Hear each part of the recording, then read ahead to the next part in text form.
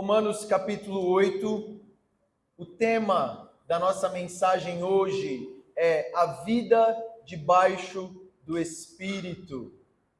A vida debaixo do Espírito. Nós estamos aí nessa série de Romanos e os últimos sermões nós passamos, especialmente ali capítulo 5, fala sobre dois lugares onde os homens se encontram, ou em Cristo ou em Adão. Em Romanos capítulo 6, o texto nos diz que nós fomos libertos da escravidão do pecado. Nós não somos mais escravos do pecado, amém, irmãos? Em Romanos capítulo 7, Paulo ele vai além, e ele diz que além de nós não sermos mais escravos do pecado, nós também não estamos mais debaixo da lei. E o nosso último sermão em Romanos 7 foi a vida debaixo da lei. E nós vimos que o retrato de alguém que está tentando alcançar a salvação ou tentando se achegar a Deus por meio de guardar os mandamentos, qual é o retrato deste homem? O bem que eu quero, este não faço, mas o mal que eu não quero, este eu faço. Miserável homem que sou. Este é o retrato do homem que está debaixo da lei. E aí no final do capítulo 7, Paulo ele já introduz o capítulo 8, porque ele faz uma pergunta: quem me livrará do corpo desta morte? E ele mesmo responde. Qual é a resposta? Graças a Deus por Cristo Jesus, nosso Senhor. Amém? E agora em Romanos capítulo 8, ele vai descrever então como de fato é a vida do cristão. Como de fato é esta vida debaixo do Espírito. Como é essa vida debaixo agora do regimento da graça e não mais do regimento da lei. Então vamos ler a partir do versículo 1 e nós vamos até o verso 17. Portanto, agora já não há condenação para os que estão em Cristo Jesus. Por meio de Jesus Cristo, a lei do Espírito e vida me libertou da lei do pecado e da morte. Porque aquilo que a lei fora incapaz de fazer por estar enfraquecida pela carne, Deus o fez enviando o seu próprio Filho, à semelhança do homem pecador, como oferta pelo pecado, e assim condenou o pecado na carne, a fim de que as justas exigências da lei fossem plenamente satisfeitas em nós, que não vivemos segundo a carne, mas segundo o Espírito. Quem vive segundo a carne tem a mente voltada para o que a carne deseja. Mas quem vive de acordo com o Espírito tem a mente voltada para o que o Espírito deseja. A mentalidade da carne é morte, mas a mentalidade do Espírito é vida e paz. A mentalidade da carne, ela é inimiga de Deus, porque não se submete à lei de Deus, nem pode fazê-lo. Quem é dominado pela carne não pode agradar a Deus. Entretanto, vocês não estão sob o domínio da carne, mas do Espírito, se de fato o Espírito de Deus habita em vocês. E se alguém não tem o Espírito de Cristo, não pertence a Cristo. Mas se Cristo está em vocês, o corpo está morto por causa do pecado, mas o Espírito está vivo por causa da justiça. E se o Espírito daquele que ressuscitou Jesus dentre os mortos habita em vocês, aquele que ressuscitou a Cristo dentre os mortos também dará vida aos seus corpos mortais por meio do seu Espírito que habita em vocês. Portanto, irmãos, não somos devedores à carne para vivermos sujeitos a ela. Pois se vocês viverem de acordo com a carne, morrerão. Mas se pelo Espírito mortificarem os atos do corpo, viverão. Porque todos os que são guiados pelo Espírito de Deus são filhos de Deus. Pois vocês não receberam o Espírito que os escravize para novamente temerem, mas receberam o Espírito que os torna filhos por adoção, por meio do qual clamamos, Abba, Pai. O próprio Espírito testemunha ao nosso Espírito que somos filhos de Deus. E se somos filhos, então somos herdeiros, herdeiros de Deus e co-herdeiros de Cristo, se de fato participamos do seu sofrimento, para também que participemos da sua glória.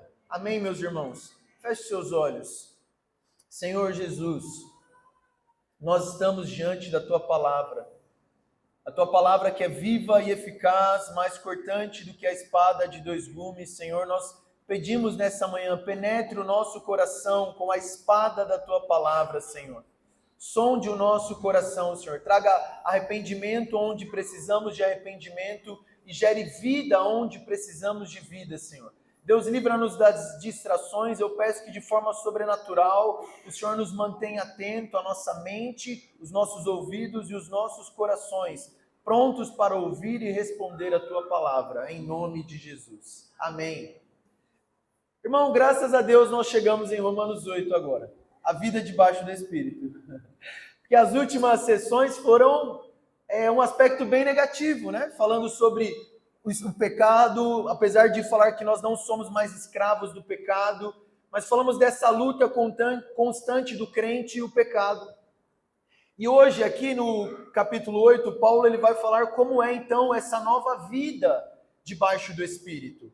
E dentro dessa vida debaixo do Espírito, aqui nesses versículos, nós vamos dividir em 3 pontos para entendermos bem como é caracterizada a vida debaixo do Espírito. Então nós vamos falar sobre a vida debaixo do Espírito. Ela é caracterizada por libertação, é o primeiro ponto, habitação é o segundo ponto e adoção é o terceiro ponto. Você pode repetir esses 3 pontos? Libertação, habitação e adoção. É isso que nós vamos ver aqui nesse texto, começando por libertação. A primeira frase aqui do versículo 1 é uma frase extremamente forte e importante para nós. Paulo começa o texto dizendo: portanto, não há condenação para os que estão em Cristo Jesus. Paulo começa o texto falando essa verdade do Evangelho, de que aqueles que estão em Cristo Jesus não estão debaixo de condenação. O que isso significa? E eu quero dar um exemplo para mostrar para você o que isso significa. E é um exemplo que Martin Lloyd Jones ele dava sobre este não há mais condenação para os que estão em Cristo Jesus. Ele dizia o seguinte: quando um ímpio peca, quando um incrédulo peca, é diferente de quando um cristão peca. Quando um ímpio peca ou ele descumpre uma lei do Estado, por exemplo, ele comete um crime, ele vai ser condenado, ele vai ser punido. O pecado na vida de um ímpio, ele está debaixo de condenação. O pecado na vida de um ímpio está debaixo de uma dívida, ele é devedor. Ele precisa então pagar por aquele pecado. Se ele cometeu um crime, ele vai ser julgado e eventualmente ele será condenado, vai ter uma penalidade contra aquele ímpio que cometeu um pecado. Mas o cristão, aquele que está em Cristo, não há condenação para ele. É o que Paulo inicia dizendo. Portanto, não há condenação. Mas e quando o cristão peca? Essa é a pergunta que devemos nos fazer. O cristão, ele fica condenado quando ele peca ou ele não fica condenado? Porque existem pessoas que vivem debaixo desse dilema. Pequei, estou condenado. E estar condenado aí, irmão, o que significa condenação? Ir para o inferno. Condenação é o oposto de perdão. Condenação é o oposto de salvação. Então existem muitos crentes que pensam o seguinte: pequei, estou condenado, estou no inferno, preciso me arrepender, preciso me remendar, então estou salvo novamente, não estou mais debaixo de condenação. Pequei de novo, estou condenado, estou debaixo de dívida, estou debaixo de penalidade, vou para o inferno. Arrependi, ufa, não estou mais debaixo de condenação, agora vou para o céu, não vou mais para o inferno. O texto está dizendo: você está em Cristo Jesus? Não há mais condenação para quem está em Cristo Jesus, meu irmão. Agora, isso não significa que o pecado do cristão não tenha consequências. Mas as consequências do pecado em um cristão, elas são diferentes da consequência de um pecado em alguém que não é cristão. O pecado em alguém que não é cristão causa condenação, punição, dívida. O pecado no cristão, ele vai afetar a forma relacional que nós temos com Deus. E o exemplo aí seria de um marido que pisa na bola com a sua esposa. Um marido que faz algo que ofende a sua esposa. Um marido que faz algo que desagradou a sua esposa. O Cláudio, quando faz algo que a Júlia não gosta, o Cláudio deixa de ser marido da Júlia por causa disso? Não, ele não deixa de ser marido da Júlia por causa disso. Ele não está, então, debaixo do quê? De condenação. Ele não vai ser punido por aquele erro. Mas isso pode afetar o quê? O relacionamento que ele tem com a Júlia. Da mesma forma, o texto está dizendo que os cristãos, eles não estão mais debaixo de condenação. Irmão, mesmo quando você peca, você não está mais debaixo de condenação. Sabe por quê? Porque você está em Cristo Jesus. E aí você pode pensar, nossa, mas isso é muito forte, então eu vou sair pecando à vontade. Aí você assiste as nossas 2 últimas mensagens aqui, onde Paulo pergunta, permanecerei no pecado para que a graça abunde? De modo nenhum. Você foi liberto do pecado. Agora, o pecado na vida do cristão, ele pode afetar a forma como você vai se relacionar com Deus. Mas o ponto é, você não obedece mais a Deus por medo de ir para o inferno. Você não obedece mais a Deus por medo de uma punição. Você obedece agora a Deus por amor e gratidão, baseado no relacionamento que você tem com Ele. Amém, meus irmãos? Não há mais condenação para os que estão debaixo, para os que estão em Cristo Jesus. É óbvio que você deve sentir tristeza quando você pecar. Você deve se sentir muitas vezes envergonhado quando você pecar. E isso deve te conduzir ao arrependimento. Mas condenação, como se você fosse para o inferno por causa daquilo, não. Porque você está em Cristo Jesus. Amém, meus irmãos? Isto é o Evangelho. Esta é a graça. É escandaloso. Mas é o que Paulo está nos dizendo. Não há condenação para os que estão em Cristo Jesus. E ele continua aqui dizendo, e dos versículos 1 ao 4, ele vai fazer um resumo de tudo aquilo que ele já disse anteriormente. Por meio de Cristo Jesus, a lei do Espírito e da vida me libertou da lei do pecado e da morte. A lei do Espírito e da vida aí que ele está falando é o Evangelho. O Evangelho nos libertou da lei do pecado e da morte. O que é essa lei do pecado e da morte? Era aquela escravidão que ele relata no capítulo 6. A lei do pecado e da morte é aquela escravidão que ele relata no capítulo 7, de tentar fazer o que é bom e não conseguir. De tentar fazer o que é bom e só fazer o que é ruim. Paulo está dizendo, o Evangelho te livra dessas tentativas frustradas. O Evangelho te livra deste lugar onde você diz, miserável homem que sou. A lei do Espírito e da vida, a lei do Evangelho, o Espírito Santo morando dentro de você, te livra de Romanos 6 e te livra de Romanos capítulo 7. E te livra de toda condenação. Amém, irmãos? O primeiro ponto é, a vida debaixo do Espírito proporciona libertação. Libertação daquela vida frustrada, da sua luta frustrada contra o pecado. Libertação da sua escravidão do pecado. Libertação de não ser mais um escravo de si mesmo. Sabe quando você diz assim, eu não aguento mais ser assim? O Evangelho te liberta disso. O Evangelho te fornece meios para viver de uma outra forma. A lei do Espírito e da vida te livra da lei do pecado e da morte. E ele vai dizer como isso aconteceu. Versículo 3, porque aquilo que a lei fora incapaz de fazer, pois estava enfraquecida pela carne, a lei conseguiu nos tornar justos? Não. Romanos 7. A lei não conseguiu nos tornar justos. Mas porque a lei era má? Não. Ela estava enfraquecida por causa do quê? Da carne. Nós éramos maus e por isso não conseguimos cumprir a lei. A lei não conseguiu nos justificar, mas não existe nada de errado com a lei. Mas nós precisamos de um outro meio para sermos curados. A lei não vai nos curar. E aí Lutero, ele dá um exemplo muito interessante sobre isso. Ele fala sobre um homem que está muito doente, mas ele não quer deixar de tomar vinho, porque ele acha que o vinho vai curar a doença dele.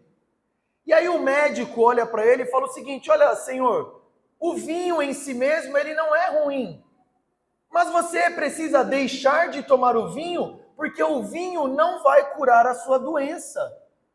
O vinho, na verdade, ele vai piorar a sua doença. O vinho em si não é ruim, mas ele vai piorar a sua doença e ele não vai te curar. E aí o médico diz o seguinte para ele: você precisa deixar de tomar o vinho, você precisa primeiro ser curado. E quando você for curado, quando aqui dentro tiver tudo novo, aí você pode voltar a tomar o seu vinho. É o que Paulo relata sobre o nosso relacionamento com a lei. A lei não vai nos salvar, por mais que ela seja boa. Nós precisamos de um outro meio para poder fazer uso da lei. E esse outro meio é a vida debaixo do Espírito. Amém, meus irmãos? E ele completa aqui: Deus o fez enviando o seu próprio Filho, à semelhança do homem pecador, como oferta pelo pecado. E assim condenou o pecado na carne, a fim de que as justas exigências da lei fossem plenamente satisfeitas em nós, que não vivemos segundo a carne, mas segundo o Espírito. O texto está dizendo que o Evangelho ele nos liberta dessa culpa legal, da condenação, mas ele também mexe com a nossa corrupção interior. Paulo diz que aquilo que a lei não foi capaz de fazer, quem fez? Deus o fez por meio de Jesus Cristo. E como ele fez isso? Enviando Jesus Cristo para morrer em nosso lugar. Amém, meus irmãos? E não somente enviando Jesus Cristo para morrer em nosso lugar. Enviando Jesus Cristo para obedecer em nosso lugar. Jesus Cristo foi o único que teve uma obediência perfeita da lei. As justas exigências da lei se cumpriram em Cristo Jesus. Por quê? Porque ele obedeceu perfeitamente. Você está em Cristo, amado irmão? Sim ou não? Se você está em Cristo, as justas exigências da lei também são cumpridas na sua vida, porque Jesus se tornou aquilo que nós éramos, preste atenção, Jesus se tornou aquilo que nós éramos, para que nós nos tornássemos aquilo que Ele é. Amém, meus irmãos? A vida debaixo do Espírito promove libertação. E aí, Paulo, ainda nesse ponto de libertação, ele vai começar aqui a fazer uma diferença. Você já percebeu que Paulo sempre está fazendo esses contrastes. E aqui ele vai fazer mais um contraste entre a carne e o espírito. Ele diz que nós, no final do versículo 4, em nós que não vivemos segundo a carne, mas segundo o espírito. E agora, a partir do versículo 5 até o versículo 8, Paulo começa a montar um contraste entre carne e espírito. Vamos ler aqui versículo 5, ainda dentro desse ponto de libertação. Quem vive segundo a carne tem a mente voltada para as coisas da carne, para o que a carne deseja. Mas quem vive de acordo com o Espírito tem a mente voltada para o que o Espírito deseja. A mentalidade da carne é morte, mas a mentalidade do Espírito é vida e paz. A mentalidade da carne é inimiga de Deus, porque não se submete à lei de Deus, nem pode fazê-lo. Quem é dominado pela carne não pode agradar a Deus. Entretanto, vocês não estão debaixo do domínio da carne, mas do Espírito. E aqui, irmão, eu quero deixar muito claro o que Paulo está querendo dizer aqui com carne. Porque existe um entendimento errado dentro da igreja. Você já ouviu aquela expressão assim? Ah, ele é um crente meio carnal. Já ouviu isso? Já falou isso? já se denominou, nossa, o carnal. O que Paulo vai nos apresentar aqui, irmão, esse contraste entre carne e espírito, e ele vai falar sobre a carne. A carne é a descrição do homem natural. A carne é a descrição do incrédulo. O que eu estou querendo dizer com isso? Não existe crente carnal. Ou você é guiado pelo Espírito, ou você é guiado pela carne. Se você é guiado pela carne, o que o texto diz? A carne não pode agradar a Deus. Quem obedece à carne, o destino é a morte. Se você é guiado pela carne, o que significa? Que você não é cristão. Ou pelo menos que você não está agindo como um cristão. O que é a carne? Eu quero trazer uma definição aqui para você. Que a gente pensa que a carne e o espírito são duas forças que nós temos lá no nosso interior. Mas a carne não é algo necessariamente que está dentro de nós. A carne, ela é uma cosmovisão, uma mentalidade mundana em vez de divina. O que é a carne? A carne é um pensamento mundano. A carne é um pensamento humano e não divino. A carne é um pensamento que está sempre voltado para si mesmo e não para o Senhor. Eu quero ler um texto com você em 1 Coríntios capítulo 3.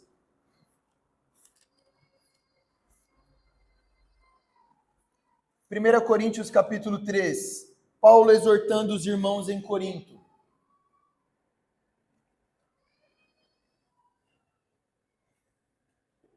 Versículo 1. Preste bem atenção nesse texto. Irmãos, não lhes pude falar como espirituais, mas como carnais, como crianças em Cristo. Dei-lhes leite e não alimento sólido, pois vocês não estavam em condições de recebê-lo. De fato, vocês ainda não estão em condições, porque ainda são carnais. Ué, Vitor, mas você não disse que não existe crente carnal? Vamos continuar a leitura. Porque visto que há inveja e divisão entre vocês, não estão sendo carnais e agindo como... O que está escrito aí na sua Bíblia? Mundanos. Quem é o carnal, irmão? É o mundano. O carnal é o ímpio. O carnal é o incrédulo. Pois quando alguém diz, eu sou de Paulo, e outro, eu sou de Apolo, não estão sendo mundanos? Paulo está dizendo assim, eu gostaria de falar com vocês como crentes. Mas eu não consegui falar com vocês como crentes. Porque vocês estão agindo como mundanos. E a vida debaixo do Espírito, irmão, ela nos transfere do domínio da carne para o domínio do Espírito. Este conceito de carne é um conceito posicional e não um conceito baseado nas nossas ações. Ou você está na carne ou você está no Espírito. E se você é crente, você está no Espírito. Olha o que Paulo vai dizer, volta para Romanos, capítulo 8. Versículo 9.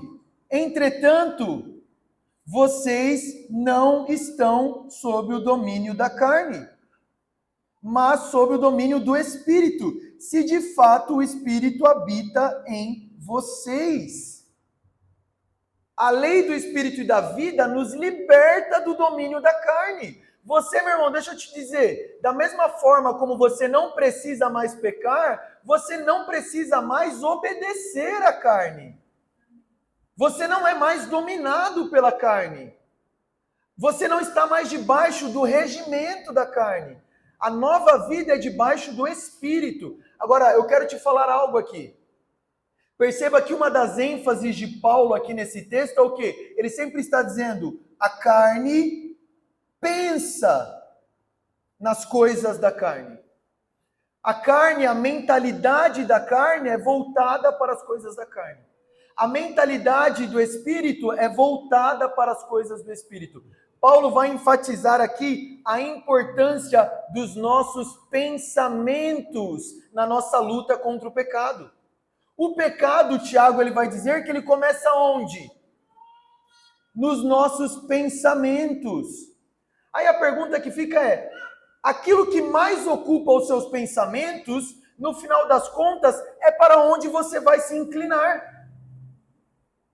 Como é que você enche os seus pensamentos durante o dia? Se você enche os seus pensamentos de frivolidades, se você enche os seus pensamentos de coisas que não têm o menor interesse, se você enche os seus pensamentos de distração o dia inteiro, se você enche os seus pensamentos de televisão e de redes sociais o dia inteiro, se os seus pensamentos constantemente estão nas coisas deste mundo, adivinha só, irmão, você vai se tornar como um daqueles de Corinto, mundano. Quando você sente que você, nossa, eu estou tão carnal, sabe por quê? Começou tudo onde? Nos seus pensamentos. Para onde os seus pensamentos te levam, irmão? Quando você está sozinho? O que você passa a maior parte do seu tempo pensando? A carne, a mentalidade dela é voltada para as coisas da carne. A mentalidade dos que são guiados pelo Espírito é voltada para o quê? Para as coisas do Espírito. Aqueles que estão debaixo do Espírito, a mente deles deve estar voltada para onde? Para as coisas do Espírito.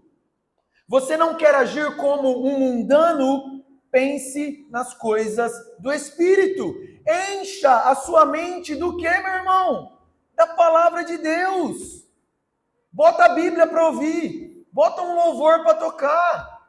A gente fala isso, não, que religiosidade. Irmão, do que você está alimentando a sua mente, as suas ações serão frutos disso. Quando você acorda, e aqui estou falando de mim, muitas vezes, quando eu acordo, a primeira coisa que eu faço é o quê? Pegar o celular e já começar. Estou alimentando minha mente do quê? Futilidades. A chance naquele dia eu ser um crente mundano, se é que existe isso, é muito maior. A chance de eu ser guiado pela carne é muito maior do que eu ser guiado pelo Espírito. Então eu quero que você pense nisso, irmão, e seja muito prático. Do que você tem alimentado os seus pensamentos? Do que você tem enchido os seus olhos? Do que você tem enchido a sua cabeça todos os dias? Encha a sua mente das coisas do Espírito. Andar segundo a carne é ter a sua vida determinada e dirigida pelos valores deste mundo. Óbvio, se você está pensando o tempo inteiro nas coisas que o mundo pode te dar, eventualmente você vai ser começado, você vai começar a ser guiado pelos padrões mundanos. E andar debaixo do Espírito é viver debaixo do controle do Espírito, pensando as coisas do Espírito. Então, o primeiro ponto é, a vida debaixo do Espírito, ela nos liberta. Ela nos liberta da lei do pecado e da morte, e ela nos liberta do domínio da carne. Pense nas coisas do Espírito. Colossenses, eu não anotei esse texto, mas Colossenses diz, pensai nas coisas do alto. Nós vamos ler esse texto, eu lembrei que eu anotei ele mais na frente. Vamos para o nosso segundo ponto. Habitação. Fala comigo, habitação. Só para mandar o sono embora aí. A segunda verdade dessa vida debaixo do Espírito é que o Espírito ele nos liberta, mas aqui Paulo introduz a ideia também de que o Espírito ele vem morar dentro de nós. Versículo 9, vamos ler do início novamente, o 9. Entretanto, vocês não estão debaixo do domínio da carne, mas do Espírito, se de fato o Espírito habita em vocês. E se alguém não tem o Espírito de Cristo, não pertence a Cristo. Olha aí. Se alguém não tem o Espírito de Cristo no seu interior, o que significa? Que ele não é cristão, não pertence a Cristo. Mas se Cristo está em vocês, o corpo está morto por causa do pecado, mas o espírito vivo por causa da justiça. E se o espírito daquele que ressuscitou Jesus dentre os mortos habita em vocês, aquele que ressuscitou a Cristo dentre os mortos também dará vida aos seus corpos mortais. O que Paulo está dizendo aqui? Ele falou algo muito interessante. Olha, o Espírito de Deus habita dentro de vocês. E ele chama também de o Espírito de Cristo. Mas ele diz o seguinte: o corpo de vocês está morto por causa do pecado. O que Paulo está querendo dizer com isso, gente? O corpo de vocês está morto por causa do pecado. Sentindo esse calorão que nós estamos sentindo aqui nessa manhã, é até difícil perceber que o Espírito de Deus habita dentro de nós. Porque nós estamos sentindo isso onde? No corpo. Paulo está dizendo que o nosso corpo, a nossa carne, não a mesma carne do texto anterior, o nosso corpo está fadado à morte. Eu não sei se você sabe, irmão, mas deixa eu te dar uma notícia. Você está morrendo. Sabia disso, né? Cada dia que passa, você está mais próximo da morte. Você está, irmão, querendo ou não, envelhecendo. As dores, a tendência é o quê? Aumentar. Porque é o que Paulo está dizendo, o corpo está morto por causa do pecado, mas o espírito está vivo por causa da justiça. Amém, meu irmão? Deixa eu te falar um negócio.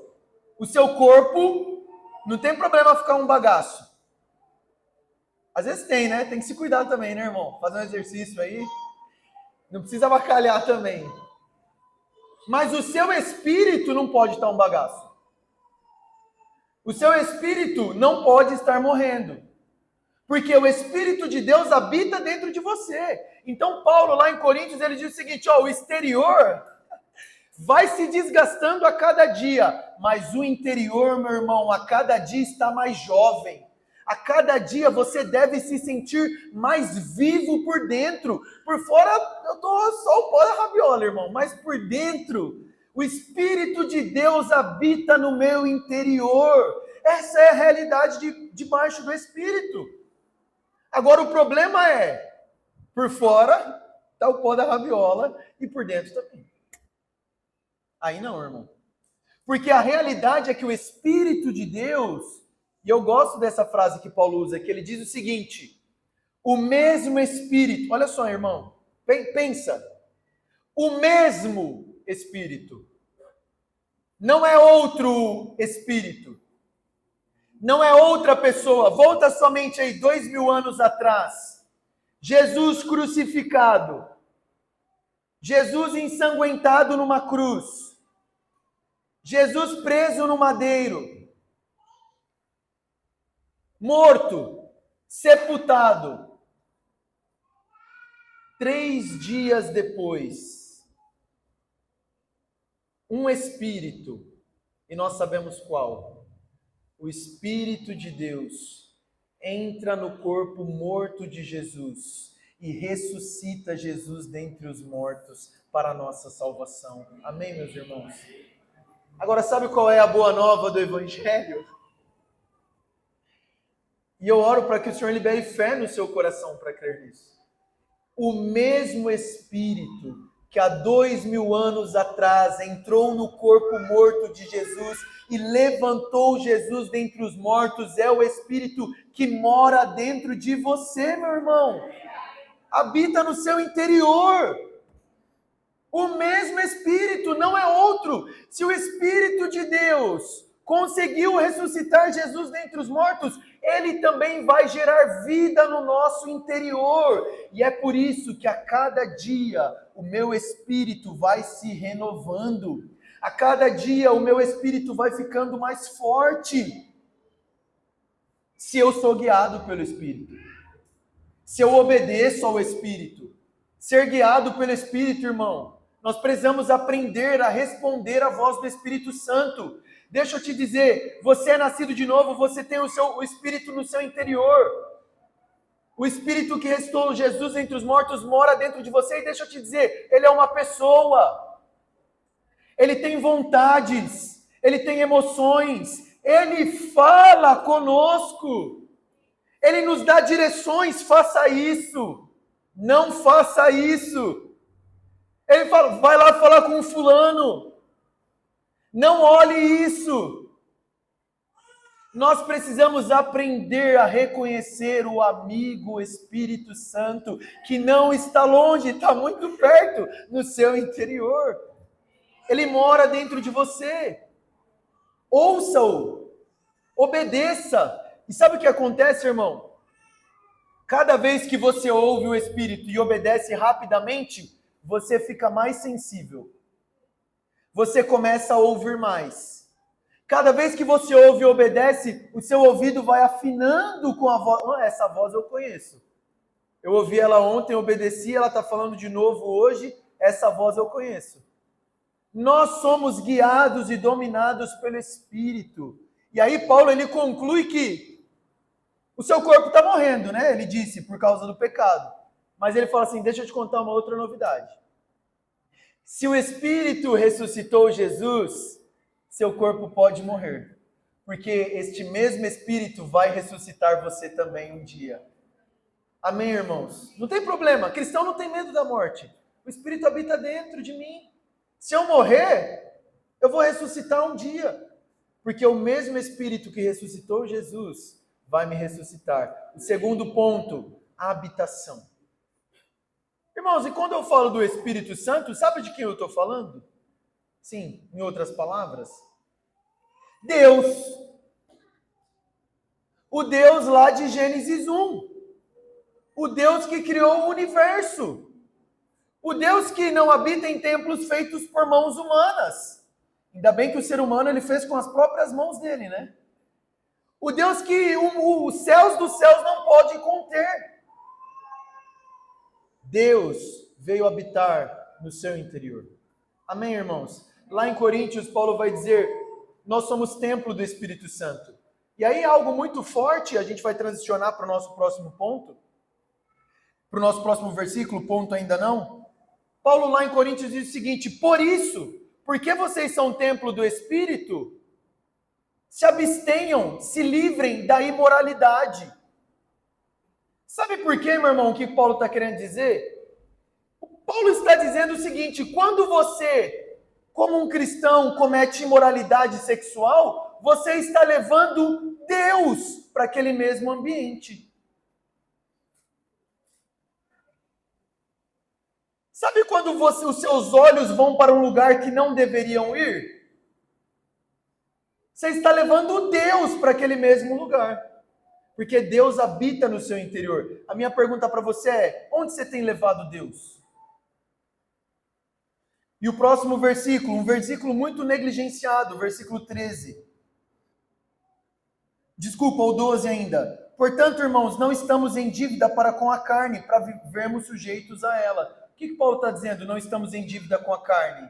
Você não precisa mais usar os seus próprios recursos para conquistar o amor de Deus. Você está livre de Romanos 7. Você está livre de Romanos 6. Você não é mais devedor à carne. Você não deve mais nada ao mundo. Versículo 13.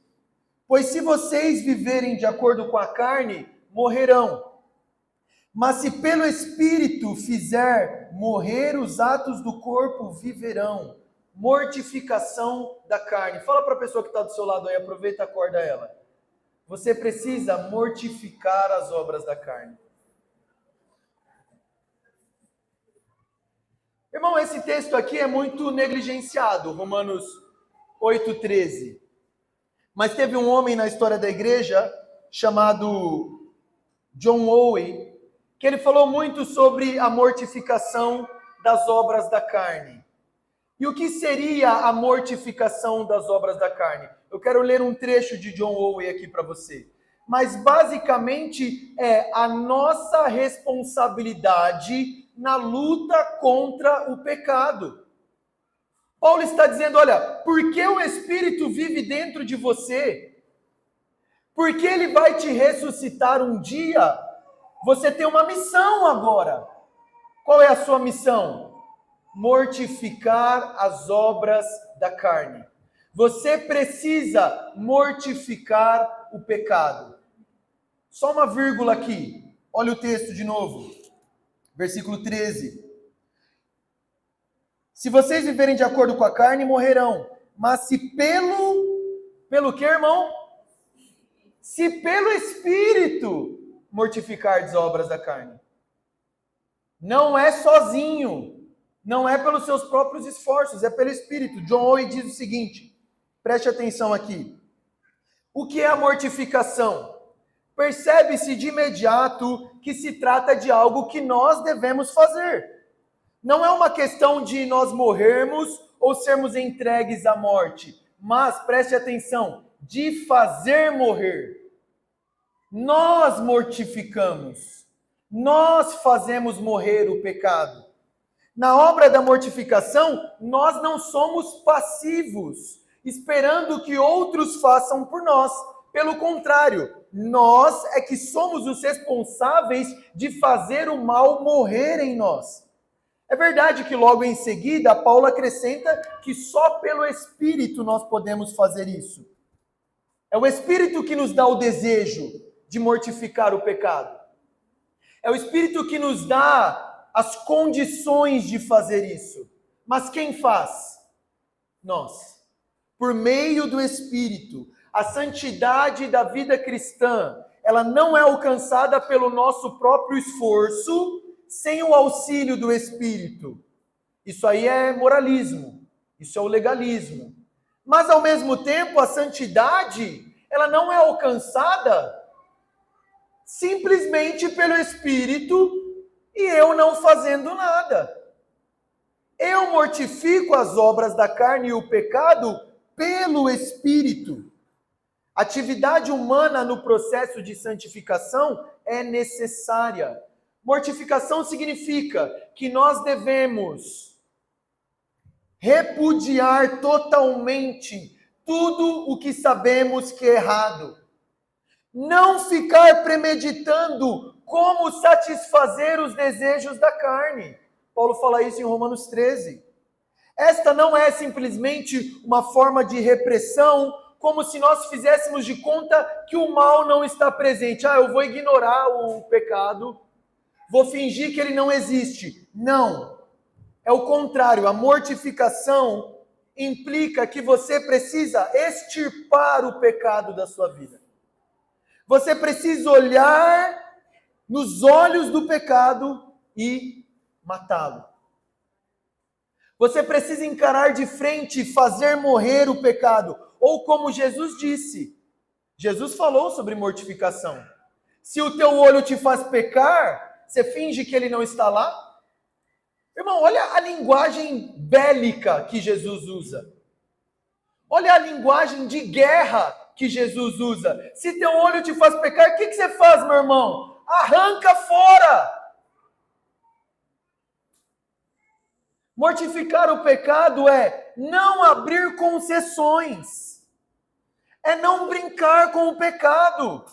Se algo te faz pecar, você precisa ser radical em matar o pecado. Não brinque com o pecado. Não chegue perto do pecado. Não ache que você já é forte o suficiente e pode lidar numa boa com as tentações. Mortificar é oferecer uma resistência inclemente e corajosa à prática do pecado. Evite o que te leva ao pecado. Se você acha que algo é duvidoso, não faça. Se você acha que se você olhar algo, visitar algo, manejar algo, pode te levar a pecar, não olhe. Não faça. Ande longe da linha. As pessoas sempre querem saber, e se eu fizer isso aqui, é pecado ou não? Meu irmão, quem está mortificando o pecado, não quer saber se um negócio é pecado ou não. Tem dúvida? Eu já corro. Não quero nem descobrir se é ou não. Tenho dúvida? Eu corro para longe. Isso que Paulo está falando sobre mortificar o pecado. John Owen continua, mortificar é matar ou crucificar qualquer coisa ou princípio vivo, tirar-lhe a força. Precisamos mortificar o pecado a cada dia e em cada atribuição. Preste atenção, meu irmão, no que eu vou falar. O pecado, ele não vai morrer sozinho no seu interior. O pecado, ele não vai simplesmente desaparecer do seu interior. O pecado, ele precisa ser enfraquecido no seu interior. E como que o pecado é enfraquecido no seu interior? Quando você, dia após dia, está sufocando ele. Quando você, dia após dia, está matando o seu pecado. E mortificar o pecado não é extirpar o pecado. Ele sempre vai estar ali, até Jesus voltar e nos levar para a glória. Mas ele pode ficar mais fraco na sua vida. E o contrário é verídico. Fica pensando que ele já morreu. Comece a tratar as feridas ali do seu pecado, para você ver se ele não volta com força e te devora. John Wayne falava o seguinte: mate o pecado na sua vida, ou ele te matará. Irmão, você precisa ser radical na sua luta contra o pecado. E a vida debaixo do Espírito te proporciona isso. Agora pense o seguinte, irmão.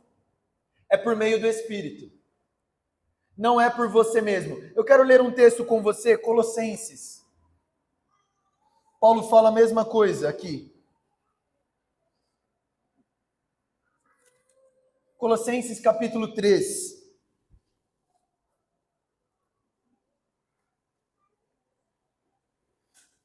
Colossenses capítulo 3, irmão, é quase irmão gêmeo de Romanos 8. Olha o que ele vai dizer no versículo 1. Portanto, já que vocês ressuscitaram com Cristo, procure as coisas que são do quê? Do alto. Olha a mentalidade do Espírito. Onde Cristo está sentado à direita de Deus. Mantenham os pensamentos nas coisas do alto e não nas coisas terrenas. A mesma coisa que ele falou em Romanos 8. Pois vocês morreram e agora a sua vida está escondida em Cristo, em Deus. Quando Cristo, que é a sua vida, for manifestado, então vocês também serão manifestados com Ele em glória. Versículo 5, olha aí a mortificação. Assim, façam morrer tudo o que pertence à natureza terrena de vocês. Imoralidade sexual, impureza, paixões, desejos maus, ganância, idolatria. É por causa dessas coisas que vem a ira de Deus sobre os que vivem na desobediência, as quais vocês praticaram no passado. Versículo 8, mas agora abandonem essas coisas. Você está vendo que é um imperativo para você, para nós? Faça morrer, abandone a ira, a indignação, a maldade, a maledicência. Para de ser fofoqueiro, a linguagem indecente no falar. E aí ele fala, se revista do novo homem, volta lá para Romanos. Pelo Espírito nós fazemos isso. Em 1 Coríntios capítulo 15, Paulo diz, eu trabalhei mais que todos vocês, mas não eu, a graça de Deus em mim. Filipenses capítulo 2 diz, desenvolvei a vossa salvação. Pois é Deus que efetua o querer e o realizar. A obra de mortificação, irmão, não é feita simplesmente pelos nossos próprios esforços, sem um auxílio. O Espírito Santo vive dentro de você. O Espírito Santo agora, ele te impulsiona para fazer o que é certo. O Espírito Santo agora, ele tem poder no seu interior para você dizer não ao pecado. Para você renunciar ao pecado pelo Espírito, não sozinho, por meio da intervenção, da intercessão, da ajuda do Espírito, nós podemos fazer morrer o pecado no nosso interior, mas nós precisamos fazer guerra contra o pecado. E a principal maneira de nós mortificarmos o pecado, é isso que nós vamos falar no nosso último ponto. Qual é o nosso último ponto? Adoção. Vamos ler o versículo de número 15. Pois vocês não receberam um espírito que os escravize para novamente temerem, mas receberam o espírito que os torna filhos por adoção, por meio do qual clamamos, Abba, Pai. O próprio Espírito testemunha em nosso espírito que somos filhos de Deus. A terceira característica da vida do Espírito, irmão, em nós, é que nós fomos adotados. Paulo está dizendo aqui, vocês não receberam o espírito de escravidão, olha a palavra que ele usa aqui, preste atenção, para vos reconduzir ao medo. Por que ele usa a palavra reconduzir ao medo? Porque medo era a forma como nós vivíamos antigamente. Você tinha medo da condenação. E preste muita atenção, irmão, porque talvez você foi adotado, mas você ainda esteja vivendo como um órfão. O que é um órfão? Um órfão é alguém que não tem ninguém por ele. Um órfão é alguém que tem medo. Medo do quê? Medo do amanhã. Medo da próxima refeição. Eu não sei se eu vou ter. Eu não sei se tem alguém para fazer por mim. Qual que é o pensamento do órfão? Eu tenho que fazer tudo sozinho. Eu tenho que dar os meus pulos porque eu não tenho ninguém que faça por mim. Eu tenho que resolver meus problemas, por quê? Porque eu tenho medo de não ter o auxílio de ninguém. Este é o pensamento do órfão. Eu tenho medo da condenação, então eu preciso dar o meu jeitinho para me achegar a Deus. Amém, irmãos? Existem muitos que foram adotados pelo Senhor, mas continuam vivendo como se fossem órfãos. Medo do abandono, medo da solidão, medo do desamparo, medo de não ter recursos financeiros.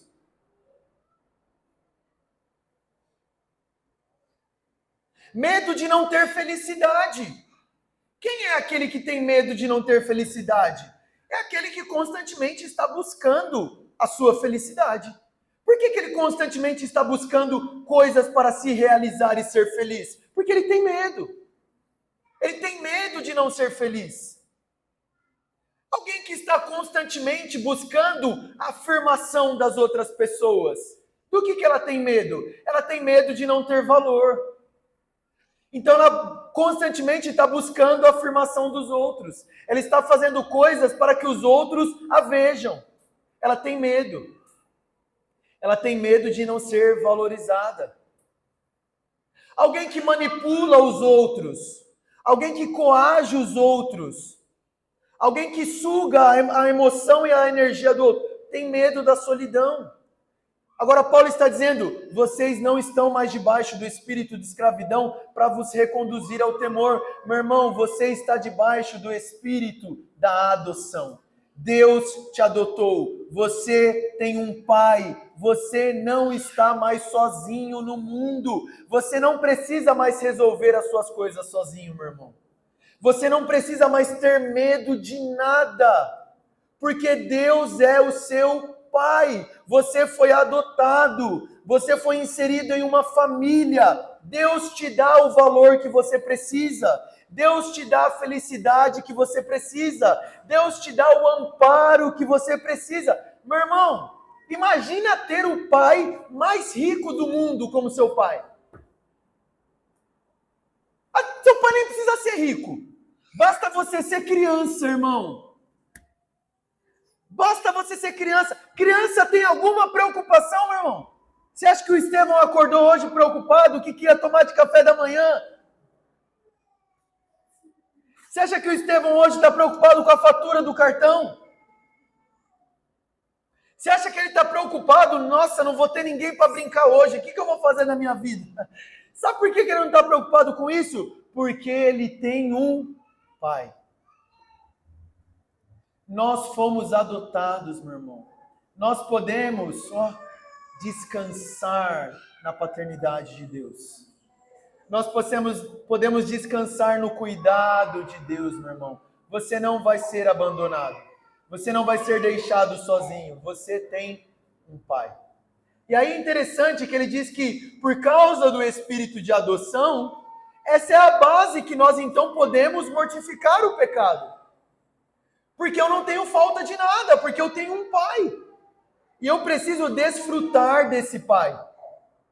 E aí ele diz o seguinte, Qual é a primeira coisa que nós então falamos quando descobrimos que somos adotados? Papai querido.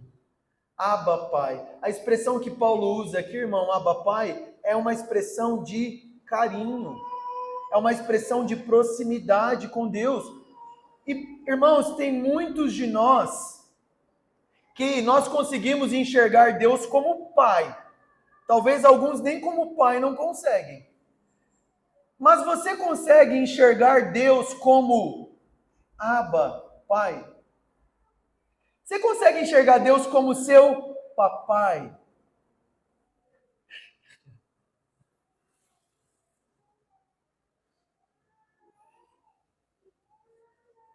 Você consegue correr para o colo de Deus sem pensar em mais nada? Sem pensar em mais nada? Sem nenhuma outra preocupação? Porque é meu papai, ué. Eu vou correr para onde? Eu vou correr para quem? É o meu papai. Nós fomos adotados.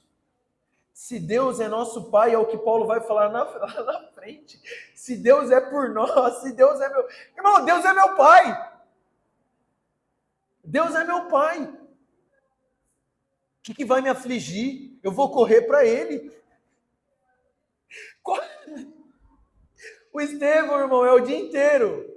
E aí, no caso, é a mãe, né? Mamãe, é o dia inteiro. Gente, é literalmente. Acontece qualquer coisa. Mamãe. E o que Paulo está dizendo é, se você foi adotado, o clamor no seu interior deve ser, papai, preciso de ajuda. Papai, preciso de você agora. Papai, estou sendo tentado. Papai, estou ficando ansioso.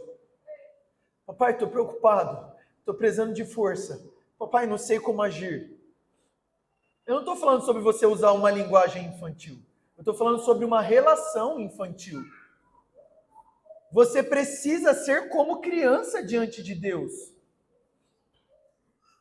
Você precisa continuar sendo como um bebê diante de Deus.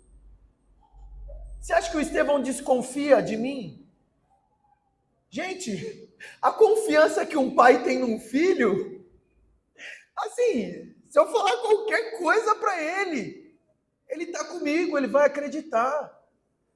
Essa relação que nós precisamos ter com Deus. Nós somos filhos amados, nós devemos clamar papai. E não há mais espaço para o medo. 1 João diz que o perfeito amor lança fora todo medo. A vida debaixo do Espírito é essa vida que recebe do amor do Pai. Isso nos dá ousadia, meu irmão. Porque quando eu ando, é o Espírito dentro de mim que está fazendo isso. E eu tenho um Pai aqui na minha retaguarda cuidando de mim. Deus é nosso Pai. Nós fomos adotados. O Espírito nos liberta. O Espírito habita em nosso interior. E o Espírito nos adota.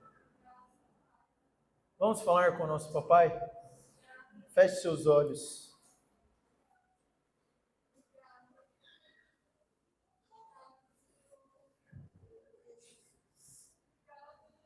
Abba Pai era a forma como Jesus falava com Deus. O que o Senhor está falando é que Ele quer que você tenha o mesmo relacionamento que Jesus tinha com o Pai.